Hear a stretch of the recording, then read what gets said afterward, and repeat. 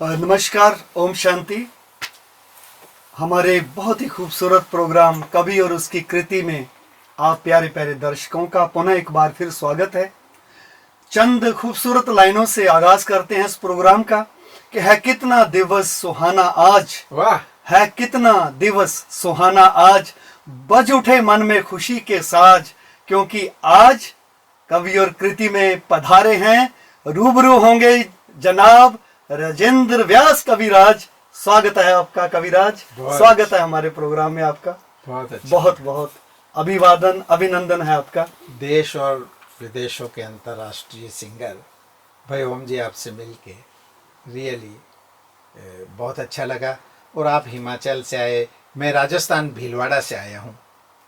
मेरा स्टेट तो राजस्थान है और नगर मेरा भीलवाड़ा, और एक गांव हमीरगढ़ नाम से देखिए ग्रामीण अंचल से व्यास जी, राजस्थान रणबांकुरों की धरती, वीरांगनाओं जहाँ पे रही है, ऐसी उनकी धरती है। और मैं तो हिम के अंचल से आया हूँ, बहुत ठंडे हैं, वहाँ बहुत कुदरत का रहमत बरसती है, मेहर बरसती है। तो ऐसी वो देवभूमि है हिमाचल, उसको कहा जाता है। और बड़ी बात ये है कि ये तो हम कहेंगे कि ये तो एक बड़ा अद्भुत संगम है आज कि कविराज हमारे बीच में पधारे हैं। और मैं भी उत्सुक था कि आपसे, वो कहते हैं ना कि वो नैनों में बात होती है लेकिन मुद्दत से ना मुलाकात होती है तो मुलाकात के लिए हम उत्सुक थे। चलिए, आपकी असंख्य आपकी रचनाएं जो आपने दर्शकों को पहले दे चुके हैं, आप मंच के माध्यम से, लेकिन आज दर्शक आपको लाइव देखेंगे, और लाइव भी ऐसे देखेंगे कि लाइवली देखेंगे और आपको देखेंगे जिंदा दिली से देखेंगे कि आज कविराज देखिए आज कैसे झर झरना जो गौमुख मुख से शुरू होके इलाहाबाद की गंगा की तरह गंगा सागर में जाके मिलता है। तो ऐसा आपका जो आज वक्तव्य है वो हमारे दर्शक सुनेंगे। मेरे हाथ में एक आपकी पुस्तक ये मुझे मिल गया, उसकी ये मुझे क्षणिका बहुत अच्छी लगी है। बहुत प्यारी है, बहुत छोटी है, लेकिन क्षणिका हमारे दर्शक जानना चाहते हैं। एक क्षण में जो कह दे, ओके, एक मिनट में जो इंस्टेंट। हाँ, पर मैंने तो चाय कहते इंस्टेंट रिच ब्रू, चाय हमने इंस्टेंट सुनी थी, इंस्टेंट कॉफी सुनी। हाँ, ये इंस्टेंट कविता ये आ जाती। जैसे अपन कभी पत्र लिखते तो केवल श्री लिखने से भी बहुत बार पूरे पत्र में कह दिया जाता। ऐसे ही एक क्षण में जब आप इसको पढ़ेंगे तो इतनी गहरी, ये जैसे H2O है, ये H2O की तरह है। और श्रोता दर्शक इसको घर जाके अपना पानी बनाए, अपने प्रयोगशाला। आप केमिस्ट्री में आपने तो विघटन कर दिया पानी का क्षणिका प्रश्न यही है, प्रश्न ये शीर्षक है इसका, यही है। देहरी पर मंडी अल्पना मेरे जीवन के चित्र खींच जाती है, अफसोस कि मैं उसे अब तक भी समझ नहीं पाता हूं। ये क्या विडंबना है, कंफ्यूजन क्या है इसमें? ये है अल्पना, कहते हैं जो आंगन में सफेद खड़िया से जो हमारे राजस्थान में या अन्य जगह जो चित्र बनाए जाते हैं, पीली मिट्टी होती है, सौंधी मिट्टी, उसका बैकग्राउंड बना दिया जाता है। जैसे वो कार्ड शीट हो गई और उस पे सफेद खड़िया से तूलिका लेके उस पे कुछ अंकन किया जाता है, उसको अल्पना कहते हैं। तो पहले कल्पना आती है, फिर वो साकार होके अल्पना में गुजर जाती है। तो इसमें लाइन है, वो देहरी पे मांडी जाती है। देहरी बीच का मार्ग होता है जो कमरे के अंदर जाता है और अहाते से बाहर जाता है। तो मेरी माँ त्योहारों पे जब ये बनाती थी तो मैं छोटा था, तो मेरी माँ को पूछता था ये आड़ी टेढ़ी लहरों में क्या है। अब मैं जिंदगी में समझा, जब मैं अनुभव से गुजरा। तो इसमें लाइन है, देहरी पर मंडी अल्पना मेरे जीवन के चित्र खींच जाती। मेरा जीवन भी सर आड़ी टेढ़ी लकीरों से, पटरियों पगडंडियों से आज इस मकाम तक आया है कि आज पूरा विश्व मुझे सुन रहा। तो कल्पना करिए उन रेखाओं में मेरा फ्यूचर था। देहरी पर मंडी अल्पना मेरे जीवन के चित्र खींच जाती है, अफसोस कि मैं उसे अब तक नहीं समझ पाता हूं। आगे पढ़िएगा। ये कुछ भी नहीं है, ये कुछ भी नहीं है, ये एक मनस्थिति है। ये एक मनस्थिति। अरे वाह, शाश्वत परिस्थिति। और इसे हंस हंस कर जीलूं, हंस कर जियो। परिस्थिति को हंस के कैसे जिया जाए? क्योंकि हमारा अभ्यास 84 लाख योनियों में दर्द से ज्यादा रहा सर। हम दुख पाते हैं और दुख देते हैं। जितना तपता है इसको सोना इंग्लिश उतना, में रिसोचिस्ट कहते हैं। कुछ लोग आत्म पीड़ित होते हैं। जितना तपता है सोना उतना आता है निखरेगा निखरेगा। देहरी पर मंडी अल्पना मेरे जीवन के चित्र खींच जाती है। अफसोस है कि मैं उसे अब तक भी नहीं समझ पाता हूं। अब कविता का रिफ्लेक्शन, ये कुछ भी नहीं है, नथिंग, ये कुछ भी नहीं है एक परिस्थिति। तो परिस्थिति को मेरी स्थिति से क्यों मैं जो है डिस्टर्ब करूं? मेरी स्थिति ओके होनी चाहिए, चाहे परिस्थिति कैसी भी हो। शाश्वत, बिल्कुल, इमॉर्टल ये बना रहेगा सर। प्रॉब्लम्स तो आए Forever. हाँ, आप सेट हो जाइए, अपसेट मत होइए। परिस्थिति से आप अपसेट मत।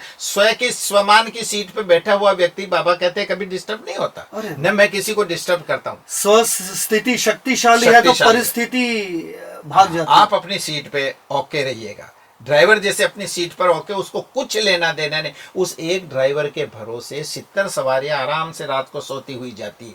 इसको आप क्या कहेंगे? वो एक निराकार पूरे विश्व को कंट्रोल कर रहा। प्रभु आप अपनी स्थिति बनाओ, दूसरे की स्थिति है एक परिस्थिति, है एक मनस्थिति। इसे हंस हंस कर जीऊं या रो रो कर? प्रश्न यही। अब यहाँ शीर्षक खुला। आप यहाँ आए हंस के जीवो ने यार, रो रो रो के क्या जीते हो? रोने के लिए तो पशु योनि थी। एक गाय बैल बकरी आंसू गिरा सकता है, अभिव्यक्ति नहीं दे सकता। लेकिन व्यास जी, कुछ लोग कहते अरे भाई आप रो की बात करते हो, ये मुख ही ऐसा है दिखाई ऐसा देता है। हाँ, किसी की शक्लें ही ऐसी होती है। भाई मैं रो नहीं रहा हूँ मैं तो। ओम जी, हम आपने से निवेदन इस क्षणिका में मैं ये चाहूंगा कि इस गीत के, मेरी कविता के साथ, आप बहुत बड़े सिंगर हैं, तो किसी भी आयाम का कोई अच्छा सा पद, कोई गीत जरा थोड़ी रंजकता ले आइएगा। मैं तो देखिएगा, मेरे गीत तो सूखे गेवर और तार फीणी, अगर आपकी चाशनी उसमें मिल जाएगी ना राजा, तो मिठास आ जाएगा। देखिए, आप हमारे अनुकरणीय हैं। मैं अपनी दिल की गहराइयों से आपकी इज्जत करता हूँ। और सबसे बड़ी बात यह है कि आज आपकी रचनाएं सुनकर तो वैसे भाव विभोर होते हुआ जा रहा हूँ मैं। आपने वजह फरमाया कि कुछ सुनाया जाए, कुछ तरन्नुम में। तो एक गीत, वैसे तो मूल रूप से मैं पंजाबी हूँ। पंजाबी मैंने गाना काफ़ी देर पहले मैंने शुरू किया था। और उस समय टीवी चैनल होते थे, ये आजकल के कमर्शियल चैनल नहीं थे। तो डीडी पंजाबी पे हम पंजाबी रचनाएं गाते थे जी। तो उसमें हिंदी एक मैं आपको सुनाता हूँ, क्योंकि दर्शक आज हमारे हिंदी साहित्य को सुनने के लिए लालायित हैं।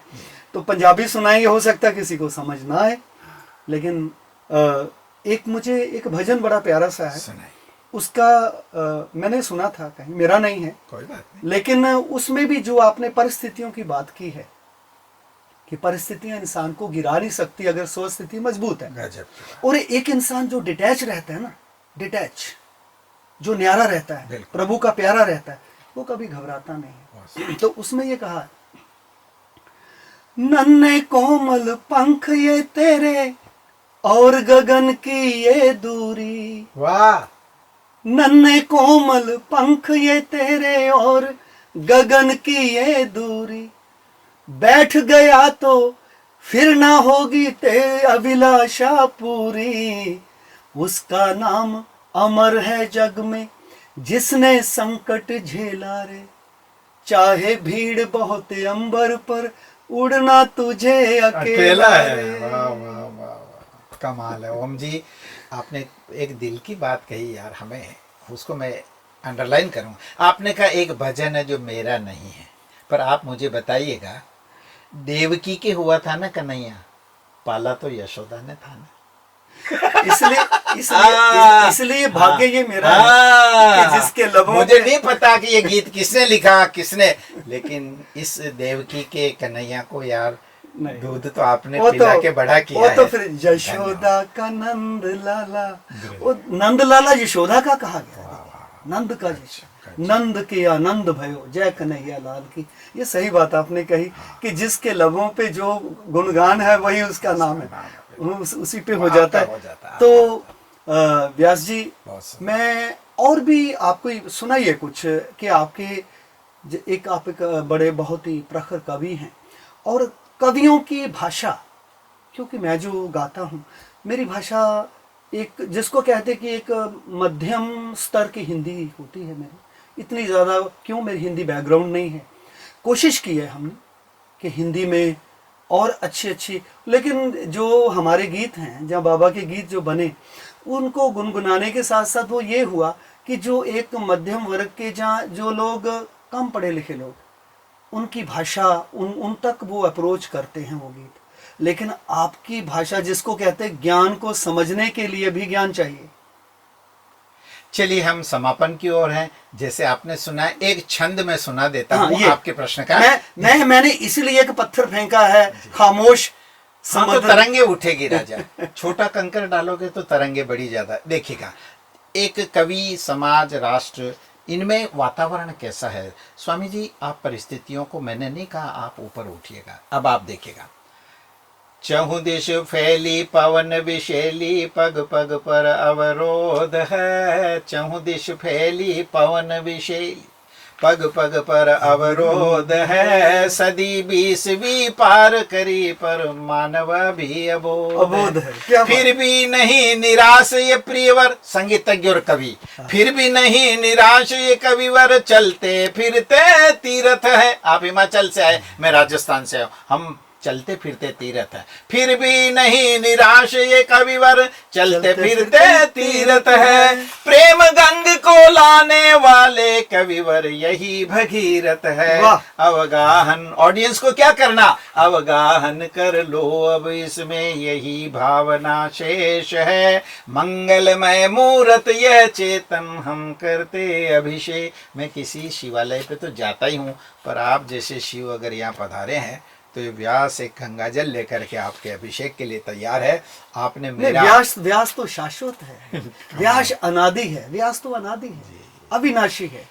क्योंकि व्यास जो हमारे मुनिराज, जिनके द्वारा असंख्य ग्रंथों की रचना हुई, जिसको लोग कहते हैं ये सनातन की निधि है, वो ग्रंथ आज तक जो व्यास जी ने लिख डाले। और उसके लिए आप देखिए श्रीमद् भागवत गीता, जो मुझे इस बात का मुझे ज्ञान है कि श्रीमद् भगवत गीता के ऊपर भी अगर आप कहना चाहें तो बहुत कुछ कह सकते हैं, मुझे पता है। लेकिन आज इस बार हमारी जो इस समय बारी है वो कविताओं की है। क्योंकि कविता जो है ना, कविता एक सरिता की तरह बहती जाती है, और इसको समझना भी कोई इतना, और आपके सरल भाषा में, क्योंकि आप इतनी भाषा को, और मुझे यहाँ लगता है कि कुछ मुश्किलात है दर्शकों की तरफ से, तो मैं आपको पूछ लेता हूं। जैसे मैं, आपने आगे विनीता की बात की है अभी की, मुझे मालूम नहीं था, दर्शक जानते होंगे, लेकिन मुझे मालूम नहीं था।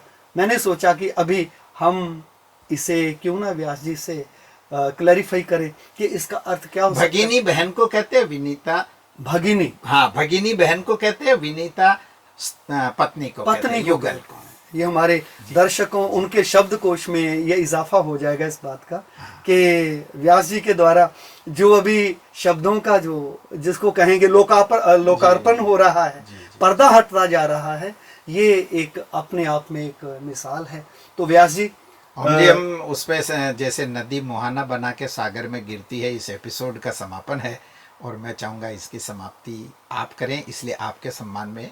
ये आपने पूछा ना, कविता क्या है जी, कविता करना मरकर जीने की कला है।